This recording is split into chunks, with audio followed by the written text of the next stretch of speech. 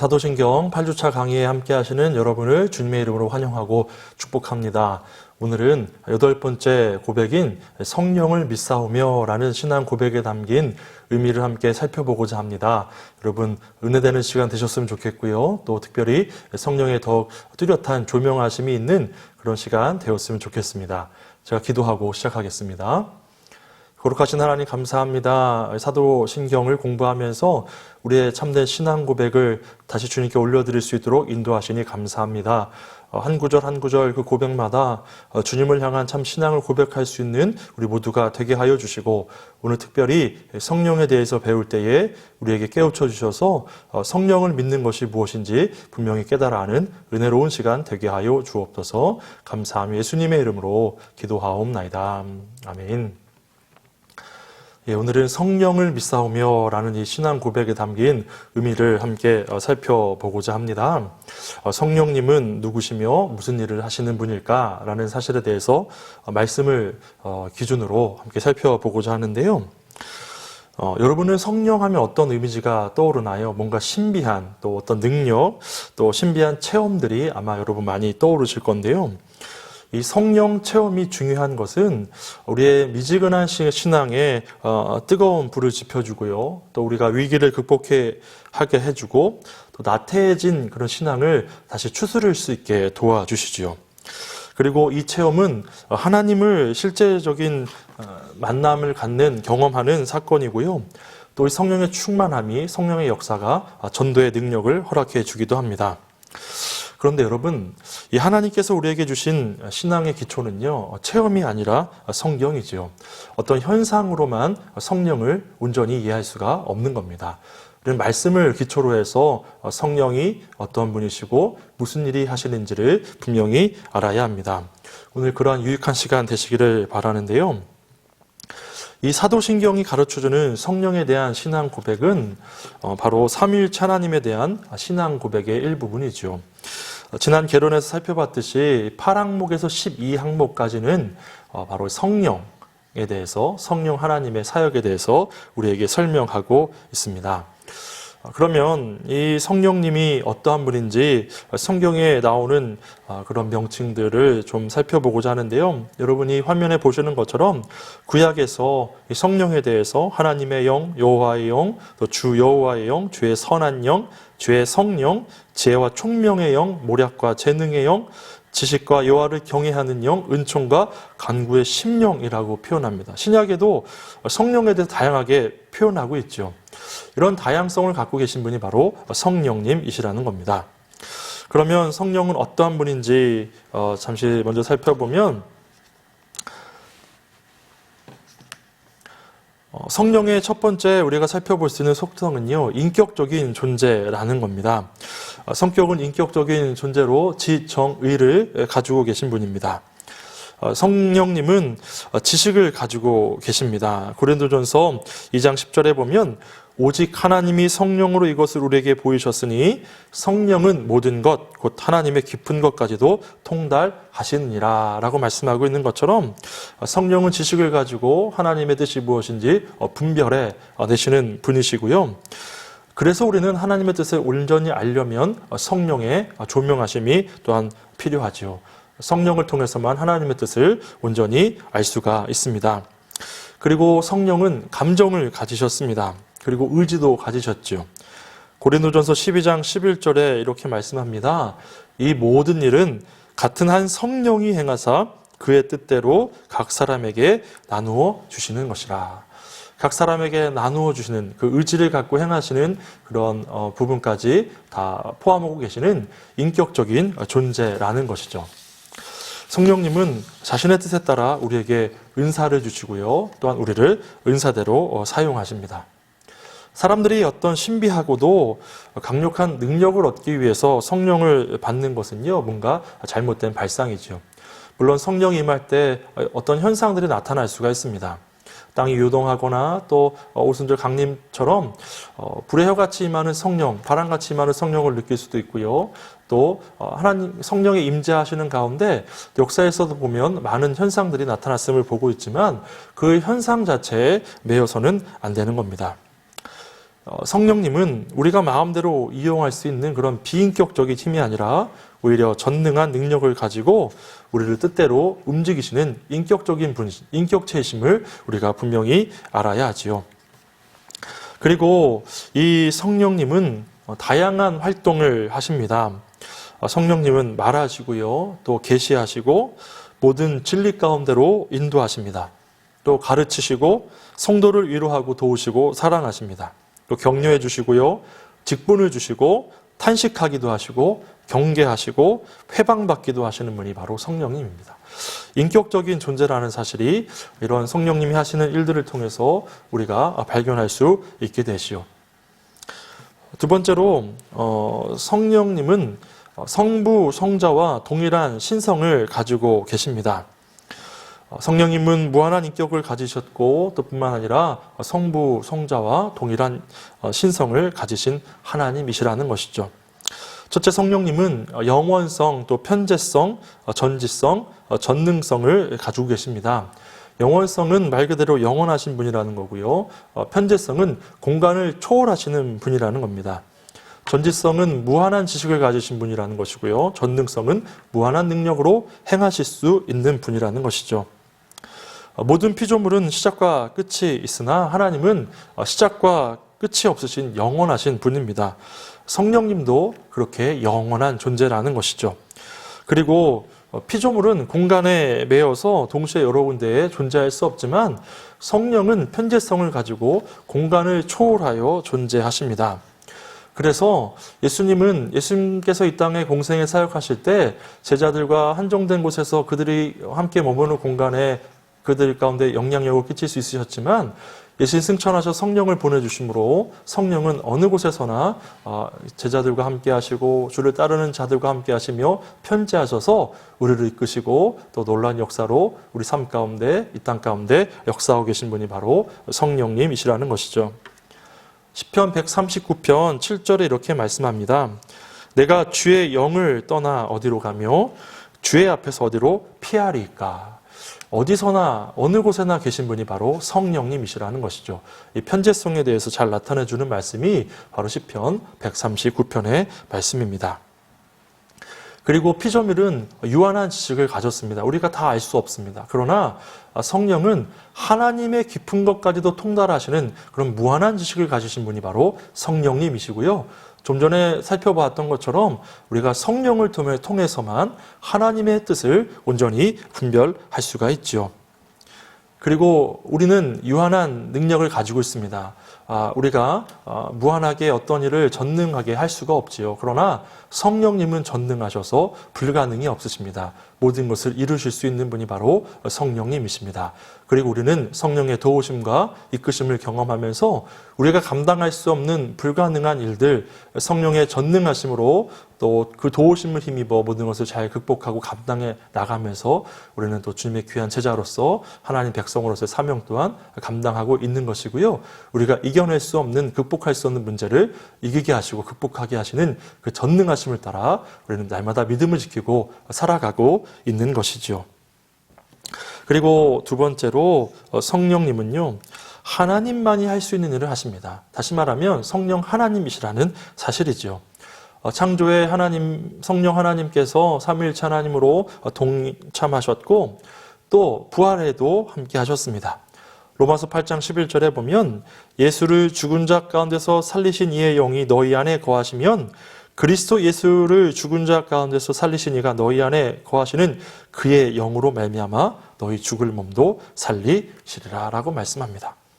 예수 그리스도를 살리신 그 영이 우리 안에 거하심으로 우리도 결국에는 우리의 죽을 몸도 살리시는 그 놀라운 역사, 그 부활의 역사에 성령으로 말미암아 참여하게 된다는 그러한 말씀입니다. 성령 이렇게 하나님으로서 창조의 사역에도 동참하셨고 부활 사역에도 거룩한 영으로 성령으로 우리를 거룩한 부활에 동참하게 하시는 겁니다. 그리고 성령님은 직접 하나님으로도 불리셨습니다. 고린도전서 3장 16절에 보면 너희는 너희가 하나님의 성전인 것과 하나님의 성령이 너희 안에 계시는 것을 알지 못하느냐라고 말씀하고 있지요. 성령님은 우리 안에 내주하시고요. 우리를 거룩하게 하십니다. 그리고 우리 몸을 하나님의 성전이라고 부르는 것도 성령님이 우리 안에 거하시기 때문이지요. 그래서 우리는 거룩한 구별된 존재로 거룩한 성전으로서의 모습으로 하나님 앞에서 믿음을 지키며 살아가는 것입니다. 그리고 네 번째로 이 성령님은 성부 하나님과 또 성자 예수님과 구별되는 분이시면서도 또 하나님으로서는 동등성을 가지신 분이심을 우리가 살펴볼 수가 있는데요. 요한계시록 4장에서 5장에 보면 성부 하나님은 보좌에 앉으신 분으로 또 성자 예수님은 보좌 앞에 있는 어린 양으로 성령님은 보좌 앞에 있는 7 등불로 묘사되는 것을 우리가 살펴볼 수가 있습니다. 그리고 예수님이 세례 받으실 때도 성부는 하늘에서 말씀하셨죠. 이는 내 사랑하는 아들이요 내 기뻐하는 자라라고 음성 가운데 임하셨습니다. 그리고 성령은 비둘기 모양으로 예수님께로 임하셨죠. 그리고 성자는 예수 그리스도, 그리고 인간의 몸을 입고 이 땅에 오신 예수 그리스도, 성자 예수님은 요단강에서 세례 받으심으로 이제 이 땅에서의 공생의 사역을 시작하였습니다. 이 놀라운 구원 역사를 이루시는 가운데 성부, 성자, 성령이 동역하시는 것이죠. 그리고 우리가 축도할 때도 우리가 주일에 예배를 끝나고 마칠 때 축도할 때도 성부, 성자, 성령의 이름으로 축도합니다. 성부, 성자, 성령이 합력하여서 모든 구원 사역을 함께 이루어 나가신다는 것을 우리가 알 수 있지요. 이렇게 성령님은 성삼일체로 성부 하나님과 성자 하나님과 함께 역사하시는 분입니다. 그리고 또한 우리가 살펴볼 것은요, 성령의 정체성인데요. 성령은 도우시는 하나님이십니다. 요한복음 14장 16절에 보면 내가 아버지께 구하겠으니 그가 또 다른 보혜사를 너에게 주사 영원토록 너희와 함께 있게 하리니 라고 말씀합니다. 그리고 여기서 말하는 보혜사는요, 우리를 지키시고 은혜를 주시고 가르치시라는 분의 그런 한자어이지요. 또 헬라어로 보면 이 성령을 파라클레토스라고 합니다. 파라라는 전치사는요, 무엇 곁에라는 그런 의미를 담고 있고요. 클레토스는 누군가를 돕기 위해 부름받은 존재라는 그런 수동형의 그런 문장입니다. 즉 성령은 우리 곁에서 우리를 돕기 위해 오신 하나님이시라는 것이죠.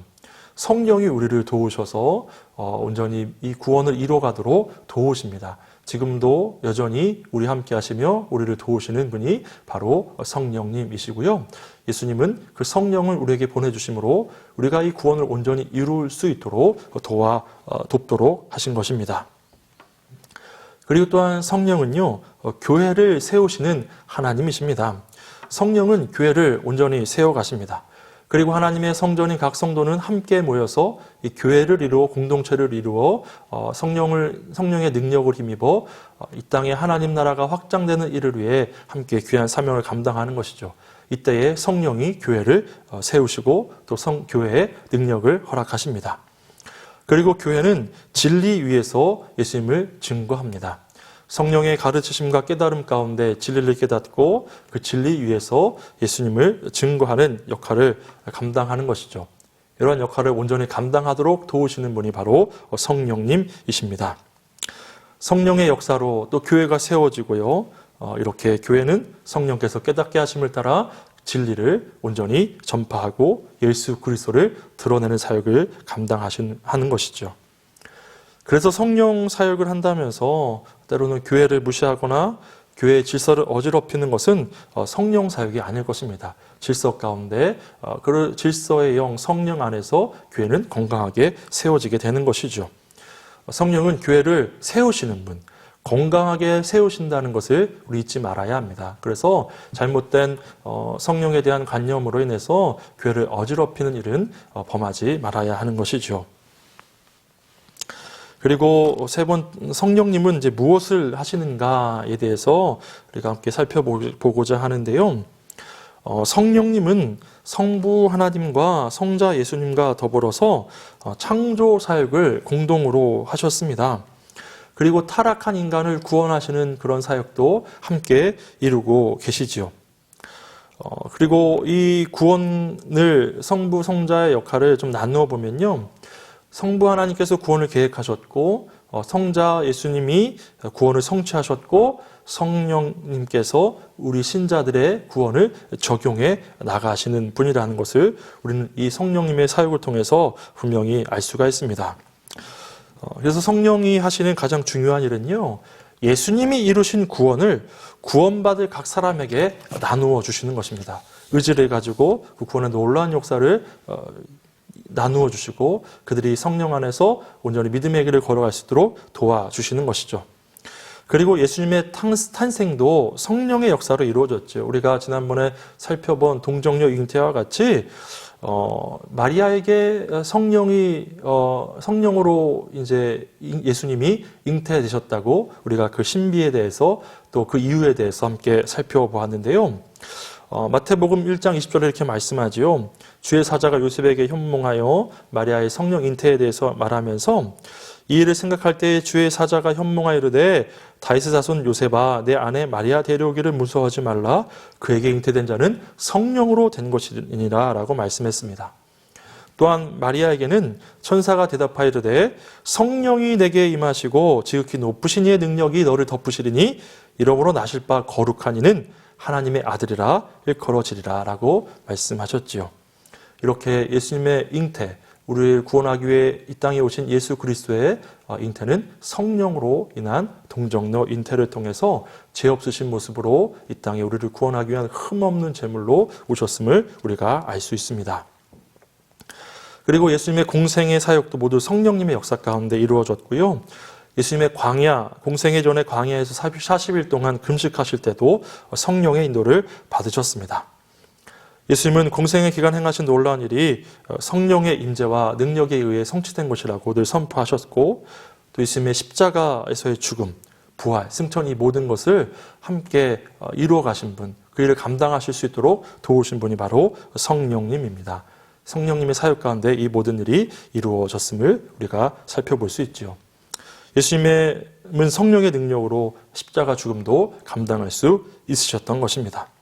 그리고 예수님은 부활 이후 40일 만에 승천하시고 하나님의 보좌 우편에 가셔서 성령을 받으시고 교회에 성령을 선물로 보내주셨죠.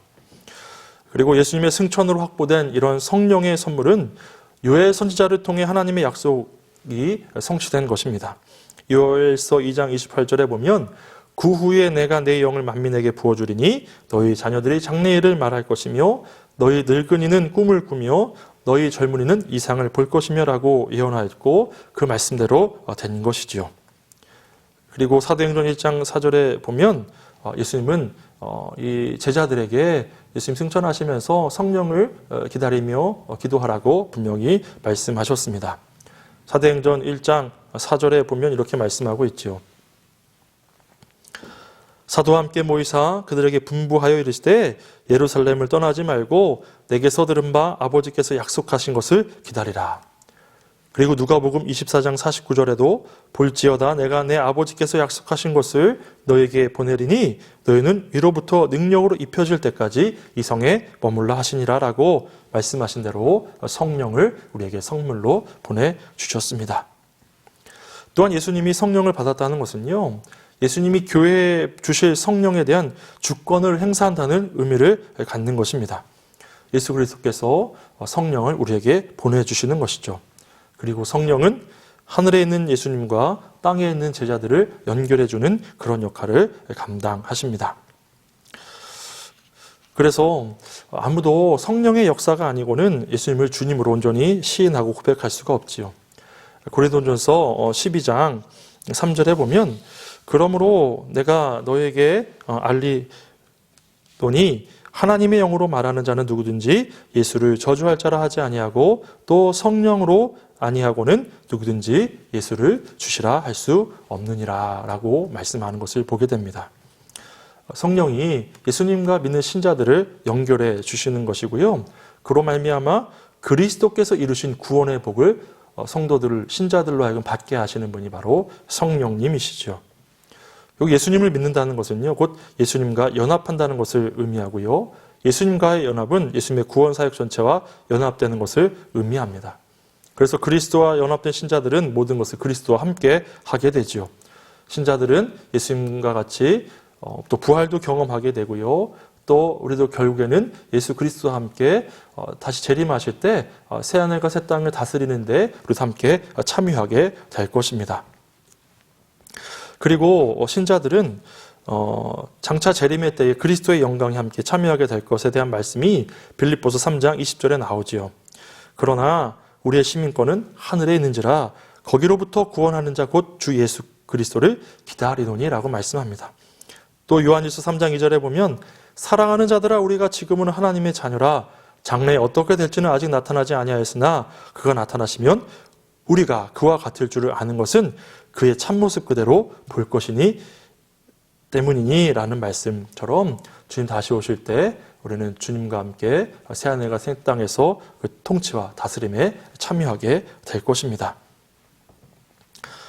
그래서 예수님이 이루신 구원을 시각적인 측면에서 보면요. 성령님은 과거, 현재, 미래의 세 단계를 통해 신자들에게 이 구원을 적용해 가십니다. 예수 그리스도를 믿어 구원받게 하시고 구원을 이 땅에서 이뤄가도록 도와주시고 결국 구원의 날, 온전히 예수 그리스도가 오시는 그 재림의 날에 구원이 완성되도록 도와주시는 분이시죠. 그리고 장차 예수님이 재림하실 때 몸을 부활시키심으로 몸까지도 영화롭게 하시는 역할, 그 사역을 성령님이 감당하십니다. 성령님은 예수님과 연합해서 하나님의 자녀가 된 우리를 죽는 순간까지 점점 거룩해지도록 하시고요. 구원의 확신을 갖도록 도우시는 분이십니다. 또 성령님은 우리가 육체적으로 죽는 순간 우리의 영혼을 영화롭게 하시고요. 각 사람을 그리스도의 몸된 공동체로 일원으로 만들어 가시는 역할도 성령이 감당하십니다. 그리고 성령님은 그리스도의 지체가 된 성도들에게 각종 은사를 성령의 주관대로 선물로 주셔서 교회를 세워가게 하십니다. 이러한 성령의 은사들을 자세히 살펴보면요. 이 은사의 핵심은 결국 하나님의 말씀을 전하는 사역인데요. 하나님의 말씀이 선포되어야 그들이 그 뜻을 깨닫고 말씀을 깨닫고 다시 하나님께로 돌이키게 되기 때문입니다. 그리고 은사는 하나님의 뜻대로 나누어 주시는 것이죠. 그리고 사랑으로 사용되어야 합니다. 결국 이 고린도 전서에 말하는 은사에 대한 내용이 고린도전서 11장, 12장에 나오고 마지막에 고린도전서 13장에서 은사의 가장 중요한 부분을 다루고 있죠. 사랑장이라고 합니다. 고린도전서 13장을요. 그 마지막 정리하면서 이 모든 은사는 사랑으로 결국 행해야 된다는 사실을 우리에게 깨닫게 해주는 그러한 내용입니다. 그래서 은사를 받은 사람은요, 다른 사람의 은사와 비교하거나 자랑해서는 안 됩니다. 은사는 자기 자신의 유익이 아니라 다른 사람을 위해 봉사하도록 주어진 것이죠. 교회는 성도들의 다양한 은사를 통해 더 건강하게 세워져 가는 것입니다. 그래서 여러분 받은 은사로 교회를 섬기는 일에 또 헌신해야 하는 것이죠. 여기 화면에 나오는 표를 보면 은사들을 정리한 내용인데요. 이러한 각양의 은사를 성도들에게 믿는 자들에게 선물로 주셔서 교회를 세우게 하는 것입니다. 은사는 자기를 자랑하라고 주신 것이 아니고요. 교회에 유익이 되기 위해서 그래서 교회를 온전히 세워서 교회를 통하여 하나님 나라 복음을 전하는 귀한 사명을 감당케 하시고자 우리에게 은사를 주셨다는 것을 우리는 분명히 기억해야 할 것입니다. 그리고 성령이 우리에게 강하게 부어질 때가 있습니다. 그러한 시점들이 있는데요. 이런 때를 우리는 부흥이라고 부르죠. 부흥 때 성령의 부어짐은 또 성령의 일반적인 역사와는 다릅니다. 또 여러 가지 대각성 운동들이 이곳저곳에서 미국에서 인도에서 또 우리나라에서 벌어지기도 했죠. 그때 성령의 강력한 임재가 있었습니다. 그때 최초로 나타나는 현상은요. 자신의 죄를 자각하고 깨닫게 되고 회개하게 되는 것이죠. 그리고 다시 하나님께로 돌이키고 또 하나님의 성품대로 살기로 노력하게 되는 것입니다. 결국 하나님이 교회 위에 성령을 충만히 부어주실 때 교회는 살아계신 하나님의 임재와 영광 그리고 거룩을 새롭게 체험하게 되고요. 죄악에 대한 깊은 자학과 회개가 일어나게 됩니다. 그리고 예수 그리스도의 구원에 대한 감격을 회복하고요. 거룩한 삶을 위한 노력을 하게 되고 잃어버린 영혼, 주님의 마음이 우리 안에 가득 참으로 말미암아 성령으로 인하여 우리는 그 능력을 힘입어 아직 구원받지 못한 영혼들을 구원하는 그 구원의 열정을 갖고 복음을 전파하는 일에 더욱더 헌신하게 되는 것입니다. 그리고 부흥을 비유하자면요, 하나님이 성령님을 통해 교회 안에 역사하시되 폭풍처럼 강하게 임재하시는 때가 있다는 겁니다. 성령께서 교회에 아주 특별하게 강력하게 역사하시는 그런 시기가 있다는 것이죠. 우리는 늘 부흥을 기대합니다. 그 부흥의 역사가 임하여 정말 이 세상의 모든 악한 것들이 사라지고요, 우리 잘못된 것도 갱신되고 회복되기를 바랍니다. 그런 부흥의 시기가 분명 있지만 우리는 또 날마다 부흥을 경험하면서 스스로를 갱신해 나가면서 우리 안에 내주하신 성령의 능력을 의지하며 살아갈 때 또 우리는 날마다 우리 심령에 나타나는 부흥, 그리고 각 사람의 변화됨으로 말미암아 이 땅 가운데 새로운 부흥의 역사가 나타나는 것들을 우리는 경험할 수 있게 되는 것이지요. 우리는 성령님의 놀라운 역사, 이 부흥의 때를 갈망해야 합니다. 그리고 그러한 때가 분명히 있습니다. 그리고 우리는 날마다 삶을 살아가면서 우리 안에 놀라운 성령의 말미암아 각자의 삶 가운데 부흥이 나타나도록 그렇게 신실하게 또 주님 의지하면서 성령을 구하면서 살아가야 할 것입니다. 그리고 성령님은요, 우리와 함께 하십니다. 요한복음 14장 16절에 보면 이렇게 말씀합니다. 내가 아버지께 구하겠으니 그가 또 다른 보혜사를 너에게 주사 영원토록 너희와 함께 있게 하리니 라고 말씀합니다. 여기서 보면 또 다른 이라는 그런 말씀이 붙는데요, 같은데 구별되는 다른 것이라는 의미입니다. 예수님이 가시지만 예수님은 성삼일체 하나님으로서 역사하시지만 또 다른 역할을 감당하시는 성령님, 예수님과 같은 삼위일체시지만 또 다른 역할을 감당하시는 성령님을 우리에게 보내주신다는 것이죠. 성령은 예수님과 같으신 분인데 구별된 역할을 감당하시는 분으로서 우리 가운데 오셔서 우리를 다스리시고 인도하신다는 겁니다. 그 사역이 무엇이냐, 바로 우리와 함께 하시는 것이죠. 그리고 우리 안에 거하신다는 것은요, 우리가 누릴 구원이 결국 하나님과 우리가 온전히 하나가 되는 것을 시사해 줍니다. 우리 안에 거하시면서 우리를 점차 변화시켜 가시고 거룩하게 하시고 결국 하나님과 하나 되게 하심으로 하나님을 온전히 알고 하나님 온전히 따르고 하나님의 성품대로 살아가게 하십니다. 구원의 성격 자체가 결국 주님과 하나 되는 것입니다. 이 땅을 사는 동안 우리는 성령과 함께 하는 삶, 또 그분의 뜻이 나의 뜻이 되고 그분의 즐거움이 나의 즐거움이 되는 그러한 삶을 살아가게 되는 것이고요. 점차 그렇게 성령께서 우리를 변화시켜 가시는 것이죠. 이것이 바로 성화의 삶이고요. 점차 하나님을 닮아가는 삶입니다. 이렇게 주님과 내가 온전히 하나 되는 것이 성령 안에서 가능해지는 것이죠. 그리고 성령은 가르치시는 분입니다. 성령님이 예수님의 말씀을 가르치시지요. 요한복음 14장 26절에 보면 보혜사 곧 아버지께서 내 이름으로 보내실 성령, 그가 너에게 모든 것을 가르치고 내가 너에게 말한 모든 것을 생각나게 하리라 라고 말씀하셨습니다. 성령이 지금은 제자들이 예수님과 공생의 기간 가운데 깨닫지 못한 것들을 다 깨닫게 하시고 왜 예수님께서 그때 이런 말씀을 하셨는지, 왜 지금 십자가에 대속당하셨는지 그 모든 것을 깨닫게 하시고 그 뜻을 가르쳐 주실 것이라고 하시는 말씀이지요. 그리고 성경의 원저자는 성령님입니다. 이 성경은 성령의 감동으로 된 것이지요. 베드로서 1장 20절 21절에 보면 먼저 알 것은 성경의 모든 예언은 사사로이 풀 것이 아니니 예언은 언제든지 사람의 뜻으로 낸 것이 아니요 오직 성령의 감동하심을 받은 사람들이 하나님께 받아 말한 것임이라 라고 말씀합니다. 성령의 감동을 받아 결국 이 성경은요 성령의 감동대로 쓰여졌음을 우리가 알 수 있지요. 그리고 성령은 우리가 받은 구원이 결코 번복되지 않을 것을 말씀을 통해 가르치고 깨닫게 하십니다. 결국 성령이 가르치시는 말씀으로 우리는 주님을 온전히 알아갈 수 있는 것이죠. 그리고 성령은 증언하십니다. 성령님이 예수님에 대해서 증언하시는데요. 요한복음 15장 26절에 보면 내가 아버지께로부터 너에게 보낼 보혜사 곧 아버지께로부터 나오시는 진리의 성령이 오실 때에 그가 나를 증언하실 것이요라고 예수님께서 분명히 말씀하셨습니다. 그래서 성경은 성령을 예수의 영, 그리스도의 영, 아들의 영이라고 그렇게 부릅니다. 성령이 예수 그리스도를 밝히 드러내시는 것이죠. 오순절에 성령이 사도들에게 임하셨을 때 사도들은 처음부터 끝까지 예수 그리스도만 선포했습니다.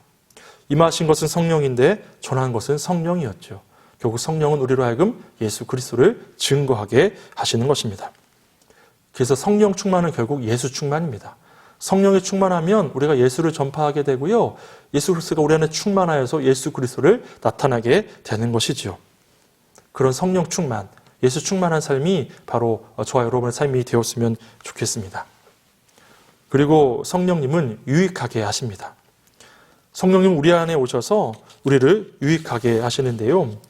요한복음 16장 7절에 보면 그러나 내가 너에게 실상을 말하노니 내가 떠나가는 것이 너에게 유익이라 내가 떠나가지 아니하면 보혜사가 너에게로 오시지 아니할 것이요 가면 내가 그를 너에게로 보내리니 라고 말씀합니다. 그렇게 성령은 우리에게 오셔서 우리를 유익하게 합니다. 그래서 예수님이 승천하셔서 성령을 우리에게 보내셔서 성령으로 하여금 예수 그리스도께서 그동안 가르쳐 준 것을 깨닫게 하시고 하나님의 뜻을 온전히 알게 하시고 우리 이 땅에서 구원의 여정을 온전히 걸어갈 수 있도록 도와주시기 때문에 유익한 분이시지요. 그리고 성령이 임할 때 성경의 묘사를 보면 이렇게 묘사합니다. 우리가 잘 아시는 말씀인데요. 사도행전 2장 2절 3절에 보면 호련히 하늘로부터 급하고 강한 바람 같은 소리가 있어 그들이 앉은 온 집에 가득하며 마치 불의 혀처럼 갈라지는 것들이 그들에게 보여 각 사람 위에 하나씩 임하여 있더니 라고 말씀합니다. 성령은 급하고 강한 바람처럼 큰 때론 불길처럼 역사하십니다.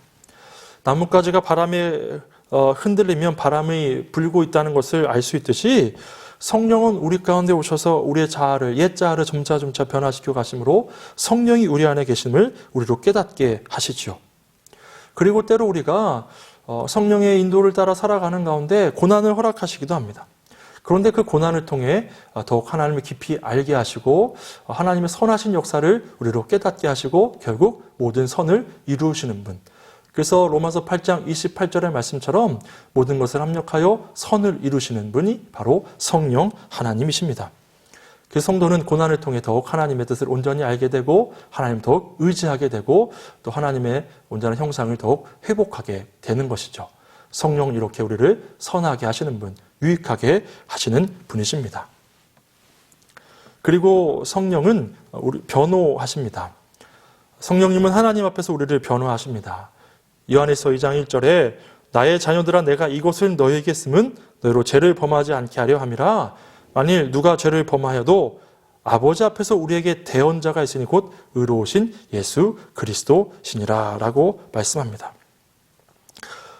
또한 성령은 죄를 깨닫고 회개하게 하시고요.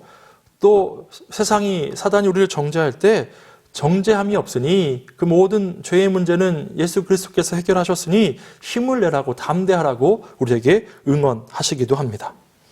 그리고 성령은 우리가 구원을 놓치지 않도록 쉬지 않고 우리를 위해 말할 수 없는 탄식으로 기도하시며 우리의 믿음을 강권하시고 우리가 온전히 구원의 여정을 걸어갈 수 있도록 도와주시는 분이 바로 성령님이시죠.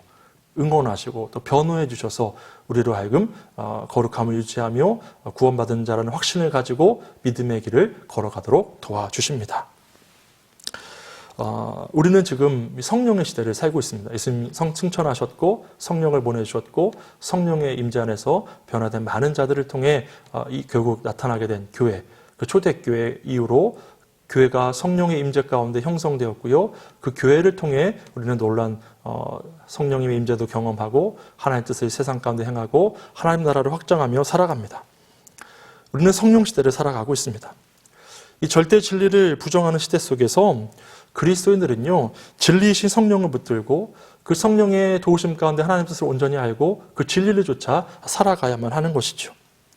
우리가 자칫 잘못 생각하면 성령을 하나의 어떤 현상으로만 치부할 수 있습니다. 어떤 능력과 힘으로 생각하는 경우가 있죠. 그러나 성령은 우리로 온전히 하나님의 뜻을 깨닫고 행하게 하시는 분이시고 우리의 자아를 점차 옛 자아를 변화시켜 새 사람 되게 하시는 분이라는 것을 잊지 말아야 합니다.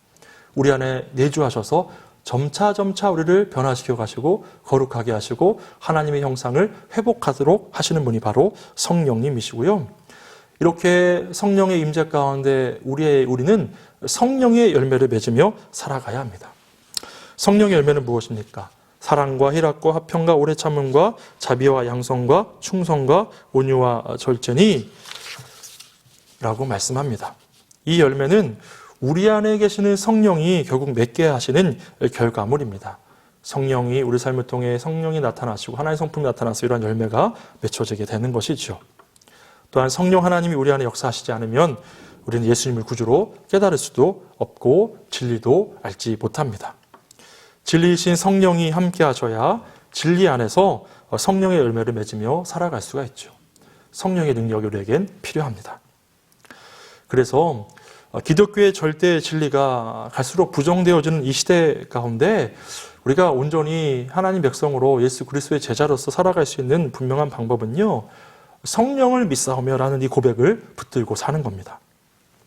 이 고백은 성령께서 내 안에 계셔서 영원히 함께 하시고 나를 가르치시고 그리스도를 증언하게 하시고 하나님 나라를 세워가도록 성령의 열매를 맺게 하시는 하나님이심을 믿습니다. 성령이 그렇게 역사하십니다. 라고 고백하는 것이죠. 그리고 성령께 나의 삶을 점점점 의탁할 때 점점 나는 사라지고요. 내주하시는 성령이 나의 삶의 주인 되셔서 점차 드러나는 그런 삶을 살게 될 것입니다. 성령을 믿사오며 이 8번째 고백 가운데 이런 많은 의미들이 담겨져 있었는데요. 성령이 우리 안에 내주하십니다. 그리고 우리를 거룩하도록 변화시켜 가십니다. 우리의 구원을 온전히 이루도록 우리를 도와주십니다. 그 성령의 임재 안에서 진리의 말씀을 밝히 깨닫고 그 뜻대로 살아감으로 정말 이 땅 가운데 거룩한 성도의 삶을 온전히 살아가는 그런 저와 여러분 되기를 간절히 축복합니다. 오늘 강의는 여기서 마치겠습니다. 감사합니다.